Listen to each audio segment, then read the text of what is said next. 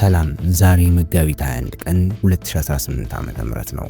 ውድ ኢንቶኒ ሚዲያ ቤተሰቦች የዛሬ ዘገባ ካለፉት ቀናት ሁሉ የተለየና የዓለም ፖለቲካ ግልብጦ የሚያሳይ ነው። ዛሬ ከጥይትና ከቦምብ በስተጀርባ ያሉትን የቤተ መንግስት ክህደቶች እናያለን። እስከ መጨረሻው አብራችሁ ቆዩ። ባለፉት 24 ሰዓታት በቴህራን ውስጥ ምን ተፈጠረ? ትራምፕ ለምን በድንገት ኢራንን መምታት አቁመናል አሉ? የ48 ሰዓቱ ሚስጥራዊ የበረዶ ግግር ስትራቴጂ ምንድነው? የኢራን አብዮታዊ ዘበኛ IRGC ከፍተኛ አገዛዞች ዛሬ በድንገት ወደ ቱርክ ለምን ሸሹ? ይዘውት የጠፉት ሚስጥራዊ ሃርድ ድራይቭ ምንድነው? ፑቲንና እስራኤል በካስፒያ ባህር ላይ ለምን ተጋጩ? ሩሲያ ቴህራንን መክዳቷ በይፋ ተረጋገጠ የሚሉትና በቴህራን አዛዲ አደባባይ ላይ ታየው የእስራኤል ሰላይ ምስል ሚስጥሩ ምንድነው? እስከ መጨረሻው አብራችሁን ቆዩ። የትራምፕ የበረዶ ግግር ስትራቴጂ ዛሬ ማለዳ ላይ ፕሬዚዳንት ትራምፕ ከዋይት ሃውስ በሰጡት ድንገተኛ መግለጫ ዓለምን አስደምመዋል። ለሚቀጥሉት 48 ሰዓታት በኢራን ላይ የሚደረገው የአየር ጥቃት ይቆማል ብለዋል። ብዙ የዓለም ሚዲያዎች ትራምፕ ፈሩ ወይም ኢራን አሸነፈች በሚል ዘገቡ።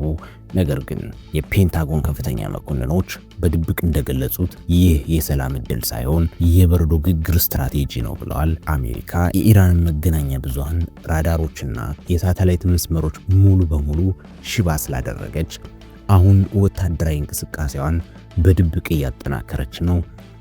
ትራምፕ ቴህራንን እስትንፋስ የሰጧት ይመስላችኋል? አይደለም። በዚህ 48 ሰዓታት ውስጥ የአሜሪካ ዴልታ ፎርስ እና ሴል ቲም 6 በድብቅ ወደ ቴህራን መሬት ገብተው የኒኩሌር ሳይንቲስቶችና ቁልፍ የጦር አዛዦችን ለማሰር ወይም ለማጥፋት እቅድ ይዘዋል። ትራምፕ በኤክስ ገጻቸው ላይ ትልቅ ሰርፕራይዝ ይጠብቃቸዋል ማለታቸው የዚህ ስትራቴጂ አንዱ አካል ነው። አያቶላዎቹ ሰላም መጣ ብለው ሲደሰቱ፣ ትራምፕ ግን የመጨረሻውን የሞት አዋጅ እየፈረሙ ነው።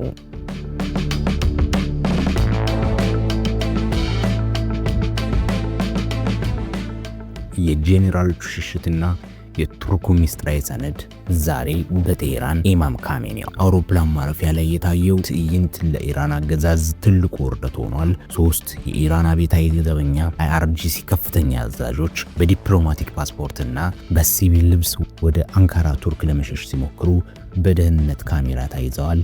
የሚገርመው እነዚህ አዛዦች ይዘውት የነበረው ሃርድ ድራይቭ የኢራን የከርሰ ምድር ሚሳኤል ሰፈሮች ካርታዎችና የኒኩሌር ኮዶችን የያዘ ነው።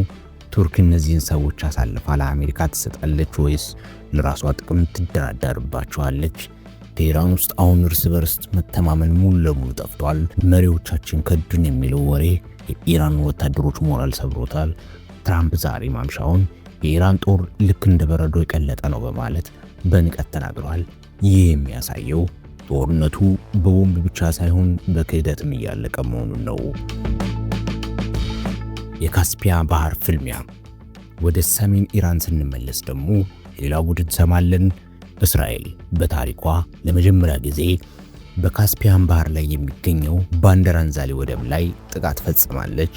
ይህ ወደብ ሩሲያ ለኢራን ወታደራዊ ድጋፍ የምታስተላልፍበት ቁልፍ መስመር ነው። እስራኤል ወደቡን ስትመታ የሩሲያ የጦር መርከቦች በአቅራቢያው ነበሩ። ፑቲን መጀመሪያ ይህ በቀጥታ በሩሲያ ላይ የተሰነዘረ ጥቃት ነው በሚል ቢያስፈራሩም ዛሬ ግን በድንገት የሩሲያ መርከቦች አካባቢውን ለቀው ወደ ሰሜን መሸሻቸው ተረጋግጧል። ለምን? ምክንያቱም ትራምፕና ፑቲን በዩክሬን ጉዳይ ላይ ሚስጥራዊ ስምምነት አድርገዋል። ዛሬ ማምሻውን የሩሲያ የውጭ ጉዳይ ሚኒስተር ኢራን የራሷን ችግር ራሷ ትፍታ የሚል መግለጫ ማውጣቱ ቴህራንን ከጀርባ የመውጋት ያህል ተቆጥሯል።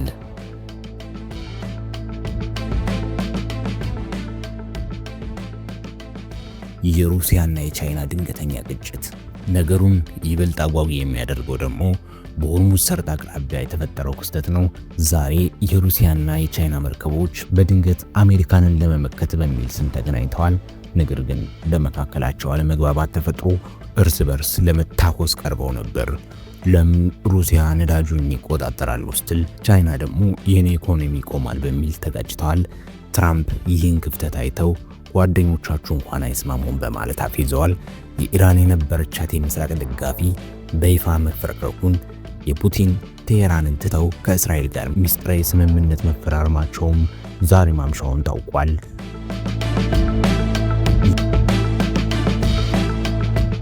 የአዛዲ አደባባይ የሳይበር ጠለፋ። በመጨረሻም ዛሬ ሌሊት በቴሄራን መሃል ከተማ የተፈጠረው ክስተት እጅግ አስገራሚ ነው። ሞሳድ የቴሄራንን አዛዲ አደባባይ ግዙፍ ዲጂታል ስክሪኖች በመጥለፍ የኢራን መሪዎች በየትኛው የቅንጦት ዋሻ ውስጥ ተደብቀው እንደሚገኙ የሚያሳይ የቀጥታ ስርጭት ለህዝቡ አሳይቷል። ይህ የቴክኖሎጂ ጥቃት ኢራንን ራቁቷን አስቀርቷታል።